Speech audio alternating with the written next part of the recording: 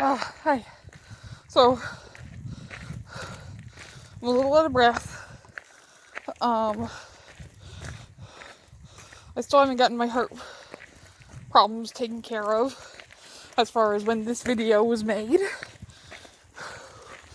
But I still want to get out and get some exercise.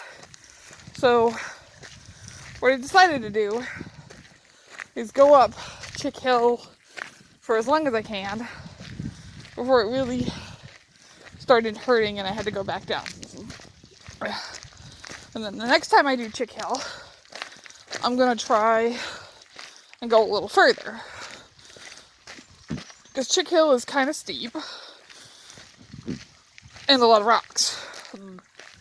I wish there was like markers on the trail saying like you're this far up, you're this far up, so I can keep track of exactly how far I'm going up each time. But I could just do it by time on the video, so that's why I decided to make a video. So this one was about 10 minutes is what it took me. And it's probably going to take me about that to get back down. But Chic Hill is this nice little walk in Clifton to the top. I've completed it before with somebody else, but it's been a while. And I've gained some weight since then. Had some heart problems since then. Well, heart problems get worse. I remember the last time I went for a walk anywhere, I forgot water, so I got myself a little, I don't know if you can see my fanny pack, that I can put 2 things of water in. So I have water at all times, and my hands are free.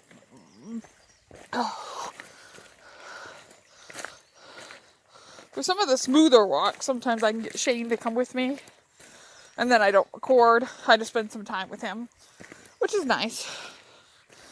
But I would never expect him to do this. This is actually one of the shirts I got for my Mother's Day. As I'm recording this, it's the day after Mother's Day. I probably won't put it on until like August. I'll probably title it like Chic Hill 1 or some attempt 1 or something, and then try to do it again. Kind of like what I did with my couch to 5Ks, where if I didn't complete the week, the first time I did it again and would put like second attempt, or just 2, like week 2, day 2, you know.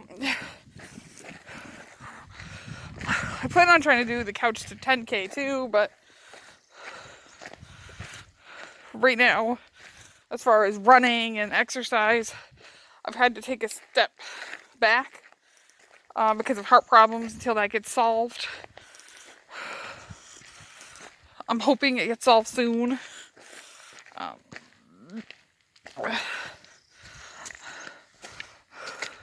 This week's kind of like an off week for me because I don't have any classes. I have like 2 appointments, but not anything too bad. So it's kind of just me time on what I want to do.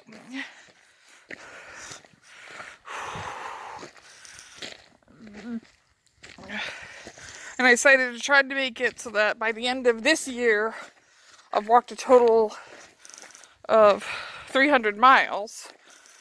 I would start by trying to do a different walk every day, somewhere. The other day, it was Freeport with my mother. It was nice. I've never been down that way before as far as shopping. Once I start my internship, I plan on going afterwards, since I'm already going to be in the area, and checking to see what they got in that area that I can really go for walks there before coming home.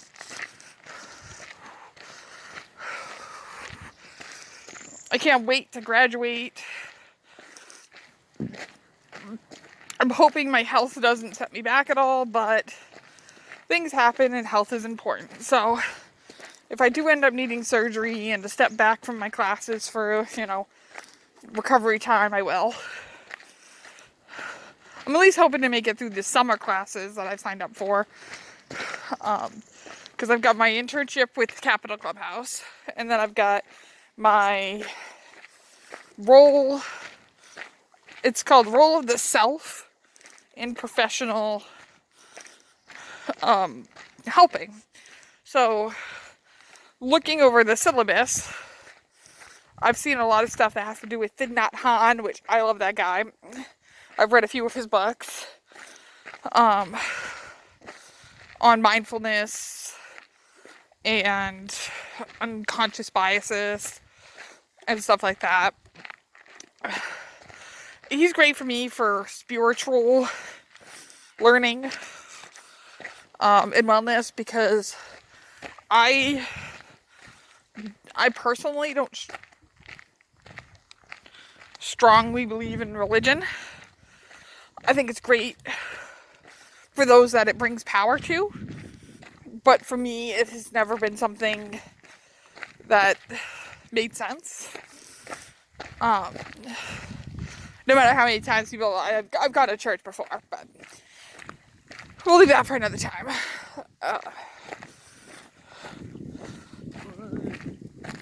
But Thich Nhat Hanh, I don't have to believe in a higher power, or I don't have to believe in anything like that. That higher power in Thich Nhat Hanh's case, and in Buddhism, is myself. Which I think is great. It's how I've come so far in my own life.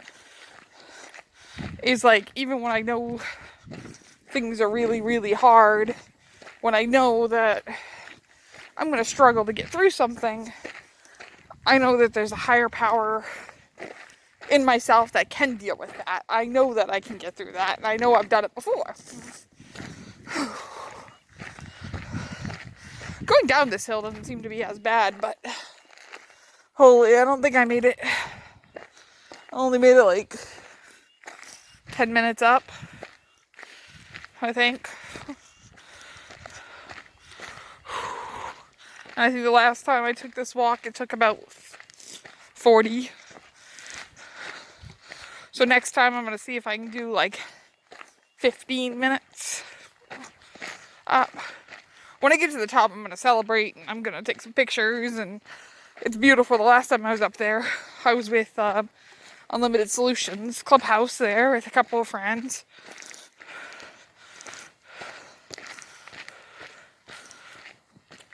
Excuse me. I'm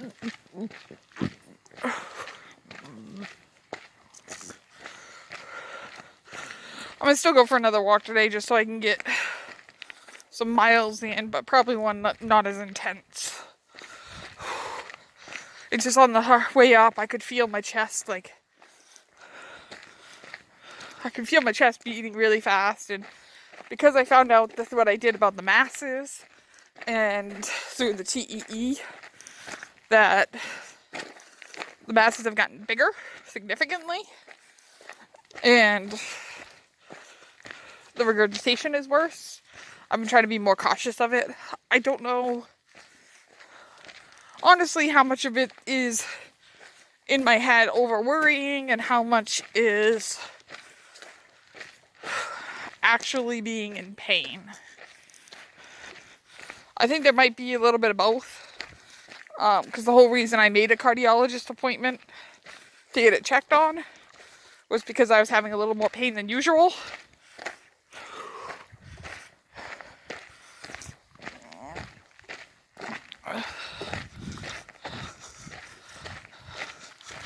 So I've kind of taken a step back as far as exercising and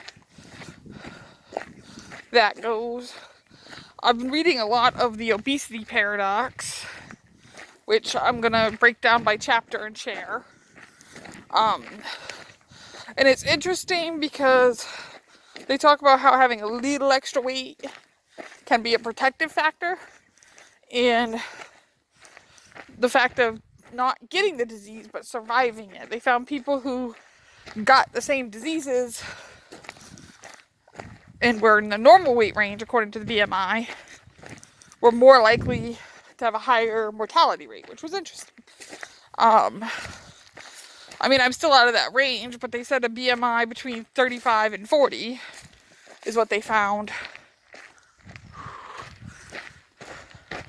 was helpful.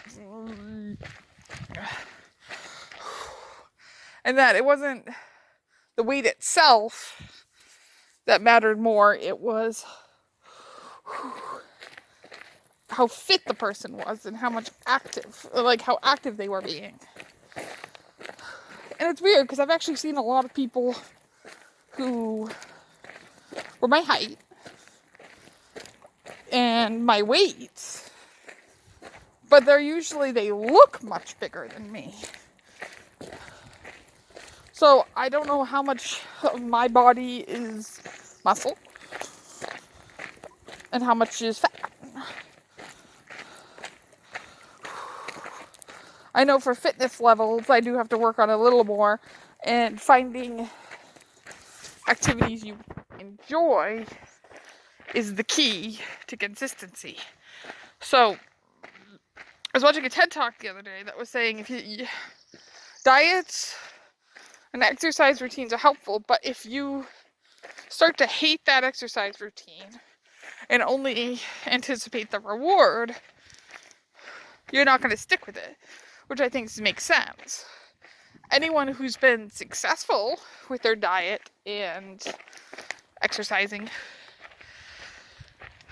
it was because they were able to sustain that, and they made lifestyle choices that worked for them. So like for me, one of the things is I like sandwiches and wraps, right? But a lot of them are high in calories and carbs. For a while I was using Sara Lee bread, which is low in calories, but still pretty high in carbs. And it made me feel a little weighted down. So I switched to these carb balance wraps, which are low in carbs, and only when I have one, it's only in, 50 calories, so it's not too bad. But that was a lifestyle choice that I was able to maintain.